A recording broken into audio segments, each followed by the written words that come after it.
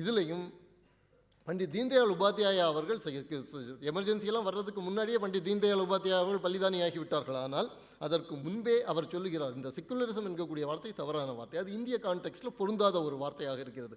ஏனென்றால் by nature நம்முடைய தேசத்தில் நாம் செக்குலராக தான் இருக்கிறோம். தர்மம் என்பது ரிலிஜன் அல்ல என்று அவர் சொல்கிறார். அண்மையில் ஒரு மிகவும் சுவாரஸ்யமான ஒரு விஷயத்தை பார்த்தேன். நம்முடைய வரலாற்றினுடைய ஹிஸ்டீரியோகிராஃபி, வரலாறு எப்படி பேசப்பட வேண்டும் என்பது முழுக்க முழுக்க இன்றைக்கு இடதுசாரிகளினுடைய கையில் தான் இருக்கிறது. அப்படி இந்த இடதுசாரிகளினுடைய கையில் இந்த ஹிஸ்டீரியோகிராஃபி போவதற்கு ஒரு முக்கியமாக காரணமாக இருந்தவர் ருமிலா தாப்பர். ருமிலா தாப்பர் ஒரு புத்தகம் எழுதியிருக்கிறார், ஏன்ஷியன்ட் இந்தியா என்று சொல்லி, பெங்குவின் பப்ளிஷ் பண்ணார்கள். அதுதான் ஒரு டெக்ஸ்ட் புக் மாதிரி இருந்து கொண்டிருந்தது ஒரு முழு ஜெனரேஷனுக்கு.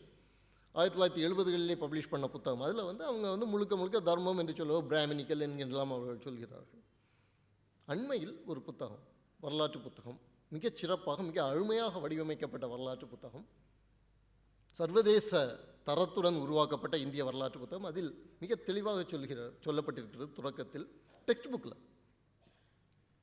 ஒரு பெரிய வரலாற்று அறிஞர் எழுதிய ஒரு டெக்ஸ்ட் புக். அதில் அவர் சொல்லுகிறார், தர்மம் என்று நமக்கெல்லாம் தெரிஞ்ச விஷயம் தான், பட் ஷீ சேஸ் தட் தர்மம் என்று சொல்லக்கூடியது ஒரு ரிஜிட் ரிலிஜியஸ் கான்செப்ட் அல்ல. அப்படி ஒரு ரிலிஜிட் பிலீஃப் பேஸ்டு ரிலிஜன் என்கக்கூடிய கோட்பாடே இந்தியர்களுக்கு இருந்தது கிடையாது. தர்மம் என்பது அந்த மாதிரிப்பட்டது கிடையாது. எழுதியவரினுடைய பெயர் உபீந்தர் சிங். பண்டைய இந்திய வரலாற்றில் ஒரு மிகச்சிறந்த ஒரு வரலாற்றாசிரியராக கருதப்படுபவர். ஒரு அடிஷனல் தகவல், அவர் டாக்டர் மன்மோகன் சிங்கினுடைய புதல்வி. என்னவென்று சொன்னால், தீன்தயாள் உபாத்யாயா அவர்கள் கூறிய விஷயங்கள் இன்றைக்கு ஏற்றுக்கொள்ளப்படுகின்றன. டீசென்ட்ரலைசேஷனை பற்றி அவர் சொல்கிறார். நம்முடைய entire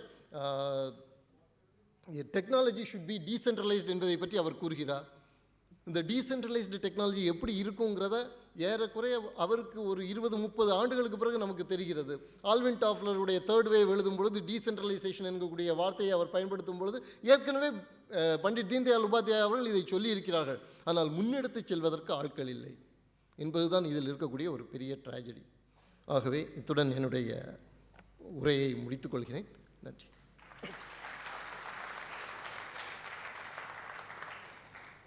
Thank you, Ji, for pointing out actually how Ambedkar has been misrepresented and how he is very similar to Deendayal Upadhyaya Ji. Thank you.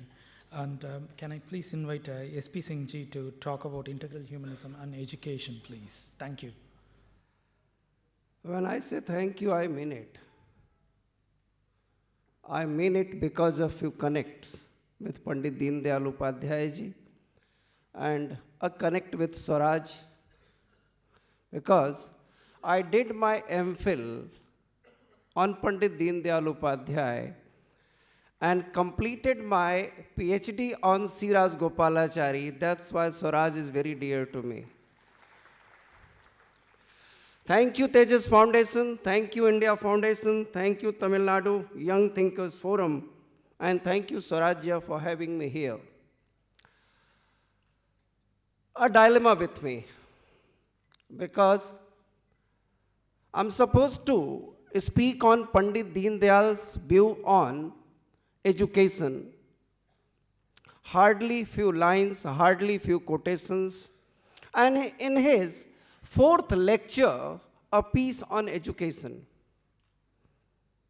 when Sir was speaking on the philosophy of Pandit Deendayal Upadhyaya, I was thinking, though I'm not well versed in the language, even then I was thinking the majority of things he had said. And when Arvindan said something at the last, even I was thinking that I'll recite the Paula, Richman, Romila, Thapar, Upendra Kaur and Manmohan Singh. You said so. Anyway, education, of what kind of education?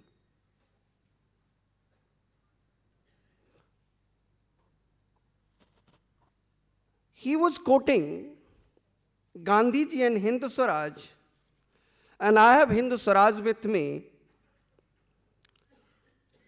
and I'll begin with Gandhiji, Baba Saheb Bhimrao Ambedkar and Siraj Gopalachari.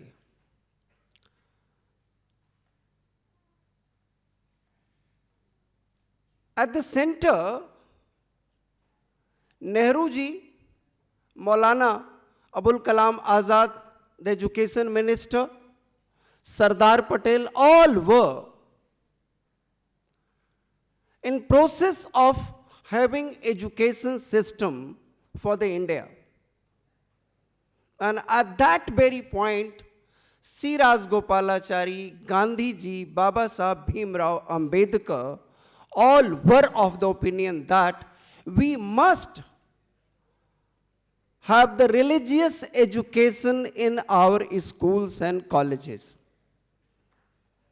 And when I say religious education, that doesn't mean the worship methods. The concern of Gandhi ji Rajgopalachari was to teach about the religious practices and religions in schools and colleges, so the coming generations and citizens should know about what kind of plurality we have in our society and what the ethos of our religious values are.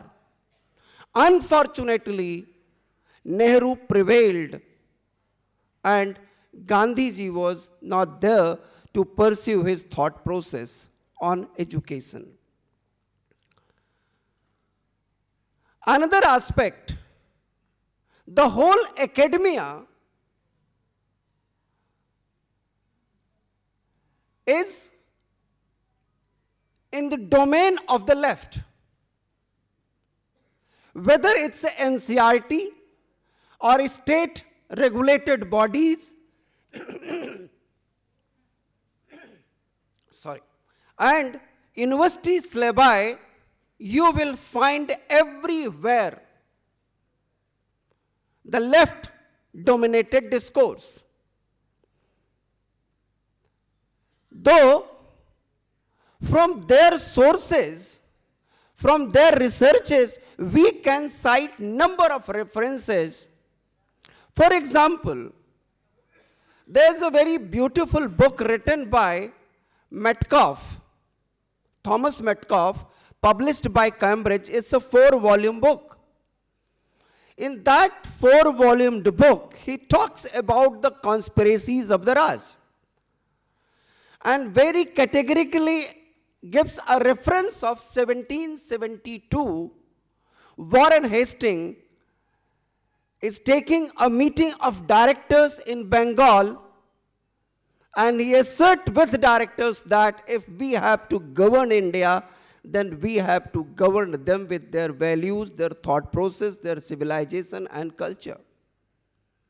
But British government was having another design, comes with regulating act, and the whole process of educational discourse changes in India.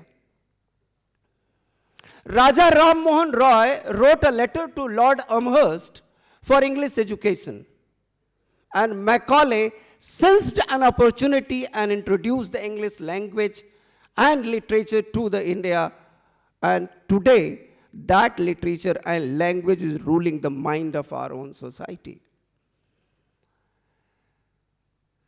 In 1774, Asiatic Society Bengal, and because of Asiatic Society, Max Muller, Johns, William, all comes in and they translate various literatures of our belief systems and our civilizational values. But in translation, how they played with it, I can give an example of it. Max Muller's translation from Sanskrit to English was done by a Mahidhar, a scholar from Bengal, and a scholar who believed in Sramana tradition. Sramana traditions means those who don't believe in Vedic tradition and Vedic knowledge system. What happens with the literature? Literature's value is something else, its ethos are something else, and here is a translation by Max Muller depicting something else. And that literature became the means of Europeans to know the India. That's why For years altogether, we were known as the snake charmers. And that literature went to Marx also. And look at Marx. In academic world, Marx as a philosopher, as a sociologist, comes as opposition to the capitalism.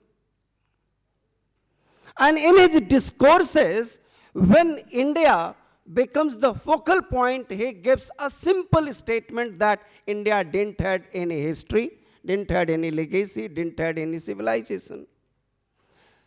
Friends, just think over it. I'm giving you 3 premises of education. And if we start working on these 3 premises, then where we are and where we can go. For example, the present premise. The English education, colonial set of mind, which is still. Another is a system before the advent of Islam. The moment we establish this discourse that we had education system even before the advent of Islam, our discourse changes. And our discourse changes with this nature that we had a huge civilizational values, and those education systems were for India and Indian society as such. I'm in Chennai, so I'll quote a reference from history looking at some of the researches by Britishers. Sir Thomas Munro was governor of Madras, 1822. And he conducts a research through his subordinates, through his employees. And according to him, in Madras presidency, every village was having a school. And at that time, the population of Madras presidency was almost equal to Britain. And at that time, the school-going children were 75,000 in Britain and more than 1 lakh in Madras presidency itself. This was our legacy. And Munro asserts that this is the situation after the Great Famine of 1776.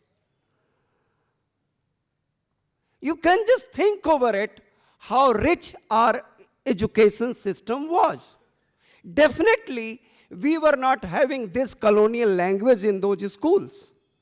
But our vernacular languages, our own language, our own systems were much more important for our education system. Professor Sharma was referring in his keynote address about the role, about the input, about the strength of our economy prior to Britishers. How it became feasible and possible, though we were not having this so-called global language in our midst. Our people were very much equipped with the trading capacities, and because of that, we had that status in world market. Normally, I say, Columbus started his expedition to invent India. Vasco da Gama came to India not just to have a visiting the Indian coast and all. The purpose was trade. And all these states, Portugal and Spain, were economically weak states at that time. They were coming to India with a certain motive. I've been given a slip by organizers, so I have to conclude within few seconds. But before that, I would like to connect you with Pandit Deendayal Upadhyaya. and what he thought of education at that time. I'm not going into the details of impacts of British education system and the communist system and all. But few things what he thought of in 60s 5 that was executed by Atal Bihari Vajpayee government in form of Sarva Shiksha Abhiyan, where the purpose was to provide free education to each and every one. He said so, in quotes, to educate a child is in the interest of society itself. By birth, a child is an animal. He becomes a responsible member of the society only by education and culture. To charge fee for something which is in interest of the society itself is rather odd. In other words, he was opposed to any fee from the students because, according to Pandit Deendayal, it's a social investment among the students, through the students, and tomorrow, after graduating, they'll come to the institution to serve as a citizen of the country. Only 2 suggestions through you I would like to make, and if that can be a representation to Government of India and state government, it will help. I was fortunate enough, in my school I had a teacher who used to tell us stories about the heroes, national heroes, saints and others. If in schools a period of 50 minutes is specifically for the Katha Sahitya, in Katha Sahitya period where the heroes from the state, heroes from the nations, those who sacrifice their lives for the nation building, if their stories are recited and tells to the student, that will amply help to the society and inculcate the feeling of nationalism. And before concluding, I have last lecture of Pandit Deendayal with me. And in last lecture, it is in Hindi. And last lines of his lectures are, संस्कार शिक्षण और आदत की जरूरत होती है. संस्कार